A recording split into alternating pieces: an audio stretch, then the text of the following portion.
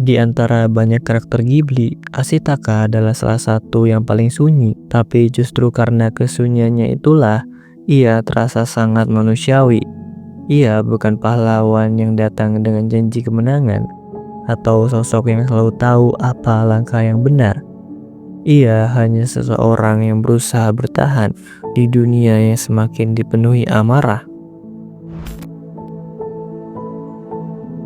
Cerita Ashitaka dimulai dengan sebuah kutukan, sesuatu yang datang tiba-tiba, yang mengambil masa depannya tanpa bertanya lebih dulu.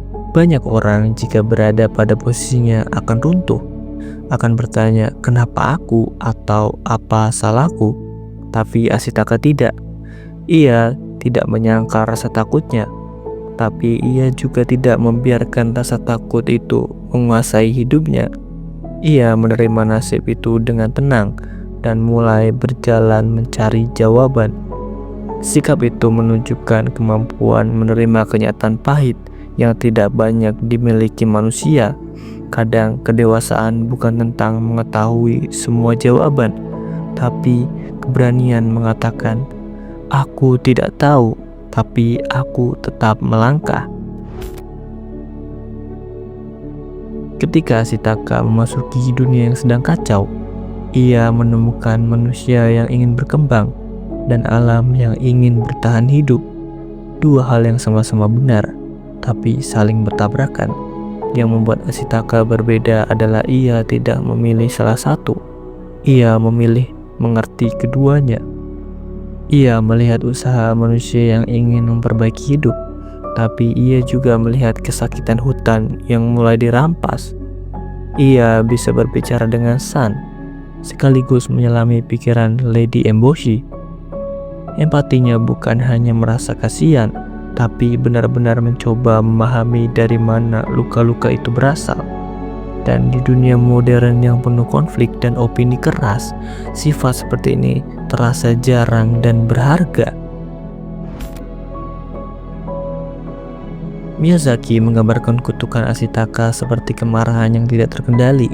Semakin ia marah, semakin kutukan itu tumbuh dan mengambil alih tubuhnya. Ini sangat manusiawi. Semua orang pasti pernah merasakan amarah yang begitu kuat sampai kita takut kehilangan kendali. Ashitaka merasakan itu berkali-kali, tapi setiap kali gelap itu mendekat, ia berusaha menahannya, berusaha tetap menjadi dirinya sendiri. Ia tahu bahwa jika ia kalah pada amarahnya, ia akan menjadi sama seperti dunia yang sedang ia coba perbaiki. Pertarungan itu, pertarungan melawan diri sendiri, adalah bagian paling realistis dari psikologinya. Kutukan itu adalah luka yang tidak tampak oleh orang lain, tapi terasa oleh dirinya setiap saat. Namun Ashitaka tidak mencoba mengabaikannya. Ia tidak menguburnya dengan kemarahan atau penolakan. Ia membawanya bersama perjalanan hidupnya, bukan sebagai beban yang mematahkan, melainkan sebagai pengingat bahwa setiap orang membawa luka masing-masing. Inilah yang membuatnya mampu memahami penderitaan orang lain, karena ia sendiri juga memikul beban yang berat. Trauma membuat sebagian orang keras, tapi bagi Ashitaka, trauma membuatnya lebih lembut. Satu hal yang menjadikan Ashitaka semakin manusiawi adalah caranya mencintai San. Ia tidak ingin mengubah San menjadi lebih manusia, tidak memaksa San mengikuti jalannya. Ia hanya ingin ia bahagia, bahkan jika itu berarti mereka tidak bisa selalu bersama. Hubungan mereka sederhana, tapi sangat jujur. Dua jiwa yang saling menemukan ketenangan tanpa mencoba memiliki satu sama lain. Ini bentuk cinta yang dewasa, cinta yang memberikan ruang, bukan mengekang. Pada akhirnya Ashitaka bukan pahlawan karena ia menang.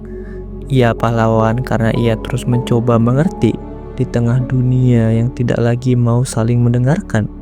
Ia mengajarkan bahwa menjadi kuat bukan berarti tidak takut, menjadi baik bukan berarti sempurna, dan menjadi manusia berarti tetap berusaha memahami. Meski hidup sering penuh kerumitan, Ashitaka adalah sosok yang menunjukkan bahwa di balik luka, trauma, dan ketakutan, manusia masih bisa memilih untuk tetap lembut. Dan dalam kelembutan itu, ada kekuatan yang jauh lebih besar daripada pedang atau kekuatan apapun yang ia miliki.